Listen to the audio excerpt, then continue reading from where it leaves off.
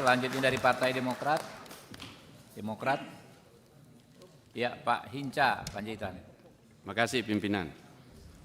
Pimpinan Komisi 3 yang saya hormati, para anggota Komisi 3 yang sangat saya hormati, Bapak Kapolri yang saya hormati bersama para pejabat utama dan juga Kapolda dari seluruh Indonesia. Assalamualaikum warahmatullahi wabarakatuh. Salam sejahtera untuk kita sekalian. Pimpinan, saya kira sore hari ini rapatnya para bintang.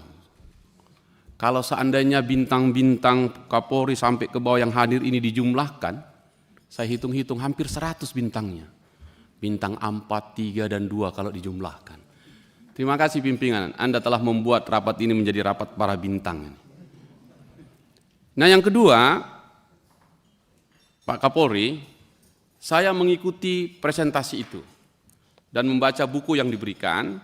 Sayangnya presentasi yang slide kami nggak sempat mendapatkannya, sehingga kami memotretnya satu demi satu slide-nya. Mudah-mudahan segera dikirimkan supaya kita bisa ikuti. Yang saya bisa potret tadi sampai slide ke-46, setelah itu berhenti. Artinya kami mengikuti betul apa yang disampaikan Bapak Kapolri. Berikutnya saya mau mulai dulu dari apa yang pernah saya tuliskan ketika Pak Kapolri fit and proper test, namanya menguji Polri presisi. Masih saya ingat tahun 2020 itu, dan nomor cantik yang sangat menarik kita ingat adalah 4 kebijakan transformasi, 16 program, 51 kegiatan utama, 177 agenda aksi. Polri presisi mengantisipasi nawacita. Sekarang nawacita berubah menjadi astacita. Lalu Kapolri segera menyesuaikan Polri presisinya dengan 6 sasaran strategis, 5 program utama, dan 18 indikator untuk mengukur kinerjanya. Kita pakai ini Pak Kapolri 5 tahun ke depan sebagai acuan kita bersama. Dan kita pegang itu untuk kita diskusikan. Sekarang, tadi Pak Nasir Jamil nyampaikan, betul, lengkap sekali mulai dari anggaran sampai ke program kerjanya. Kalau anggaran pasti tetap kurang. Saya tertarik soal anggaran ini pada penerimaannya. PNBP-nya Polri 7,9 triliun itu. Menarik itu. Dan itu paling banyak dari Lantas. Kemudian nanti layanan umum 3,2 triliun, ya, dan itu misalnya dari rumah sakit dan seterusnya. Saya tertarik dan tidak akan berhenti mengingatkan Pak Kapolri, terutama Kabar Harkam, bahwa objek vital nasional bisa menjadi sumber utama penerimaan negara bukan pajak kita.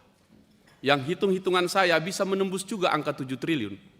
Dan itu masih menyambung kepada programnya Prabowo, kedaulatan negara diukur dengan swasembada pangan, energi, dan air. Nah karena itu tiga-tiganya itu bagi saya adalah objek vital nasional. Dan kalau kita lihat objek vital nasional di Amerika, dari 16 butir itu nomor urut paling atas adalah pertanian dan perkebunan. Karena itu menyangkut hajat hidup orang banyak. Karena itu saya mohon Kapolri kalau bisa program yang tadi itu kita masukkan juga ke objek vital nasional dan itu kita tingkatkan sehingga menjadi sekaligus ini kerjanya. Sekaligus menurut saya. Kenapa begitu? Karena itu pimpinan saya ingin mengajak kita semua untuk mengusulkan undang-undang pengamanan objek vital nasional. Karena itu terjadi misalnya di negara-negara lain. Di Australia misalnya sudah ada, ya, Australia The Security of Critical Infrastructure Act 2018. Di Singapura ada Infrastructure Protection Act 2017. Di Afrika Selatan ada The Critical Infrastructure Protection Act 2019.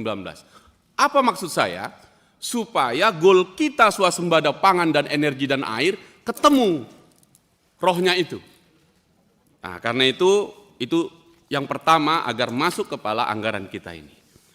Kedua, tadi sudah disampaikan tentang restoratif justice dan ini kita tidak akan berhenti sedikit pun karena hanya tinggal 390 hari dari sekarang KUHP baru akan berlaku Januari 2026. Itulah karya besar kita. Dan di situ berubah dari KUHP yang Belanda sebagai penjajah, kita yang dijajah, sikit-sikit ke penjara, kalau orang Medan bilang, sekarang tidak. Harus demokratis. Nah, untuk apa itu kita dorong dari sekarang?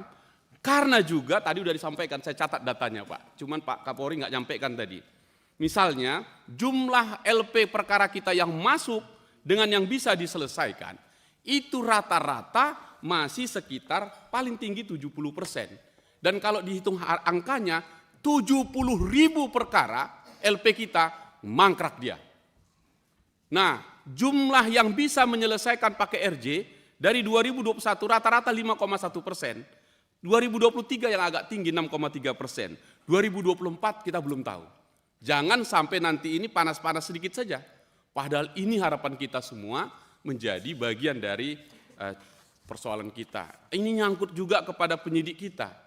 Yang sekarang polisi nggak bangga lagi jadi serse.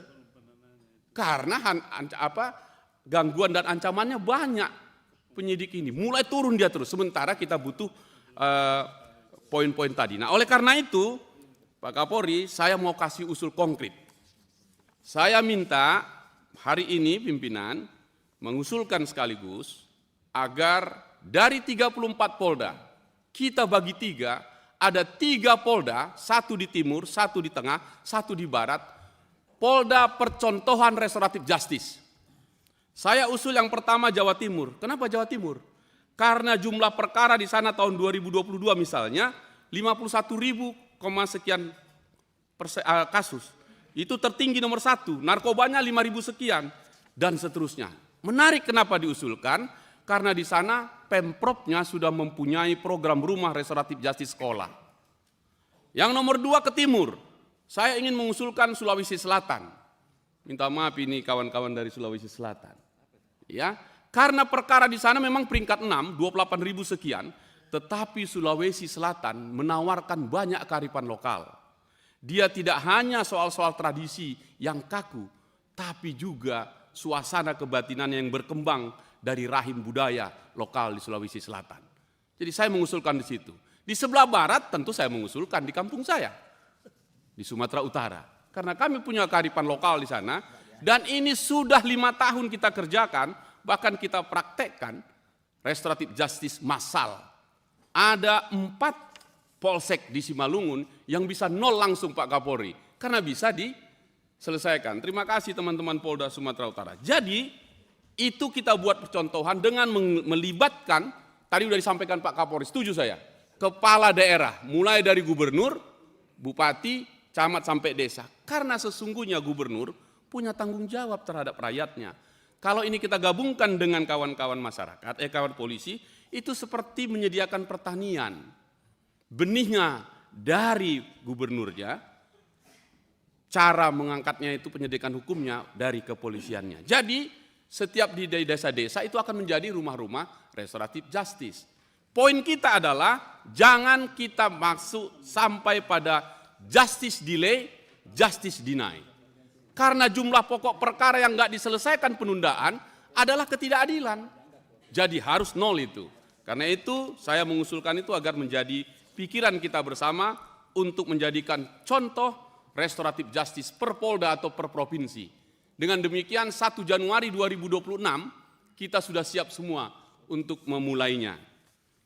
Berikutnya pimpinan, saya ingin menyampaikan yang berkaitan dengan soal narkoba tadi sudah disampaikan. Terima kasih Pak Kapolri. Terima kasih untuk Pak Kapolri atau institusi Polri yang telah mengirimkan Wakapolri menjadi Menteri Imigrasi dan Lapas ya. Dia pernah bertugas lama sekali Sumatera Utara sampai Kapolda dan teman kita berdiskusi dan selama puluhan tahun tidak ada satupun bandar narkoba yang sudah inkrah. Hukuman mati dan seumur hidup di Sumatera Utara hampir 112 orang. Belum pernah dikirimkan ke super maksimum security di Nusa Kambangan dan di Jawa Tengah. Tapi minggu lalu telah berhasil 67. Terima kasih dan tidak boleh berhenti di situ. Itu harus semuanya berangkatkan ke sana. Kenapa? Karena seluruhnya dikendalikan dari lapas itu. Kita harus potong itu. Jangan sampai pengguna masuk ke lapas menjadi naik kelas jadi bandar. Terima kasih Pak Kapolri, saya minta dukungannya lagi supaya kosong itu dari Sumatera Utara. Kami membuat tagline-nya itu usir bandar narkoba ke super maksimum security, terapikan para penggunanya, dan rehabilitasilah para korban-korban itu. Sebab korban pengguna narkoba adalah orang sakit, bukan kejahatan. Orang sakit diobati, bukan dipenjara. Itu pikiran-pikiran kita yang selalu kita angkat bersama. Terakhir pimpinan, karena ruang ini pimpinan 5 menit saja terlalu sempit untuk menuangkan pikiran-pikiran besar. Padahal soal sumber daya alam penting sekali, tadi sudah diangkat. Karena itu izinkan saya pimpinan menuliskan seluruh temuan saya, seluruh pengawasan saya yang tak bisa saya sampaikan secara lisan, saya tuliskan dalam buku.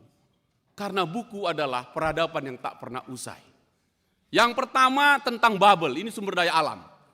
Timah dan seluruh turunannya. Yang kedua, ini tadi saya sudah disampaikan, Pertamina.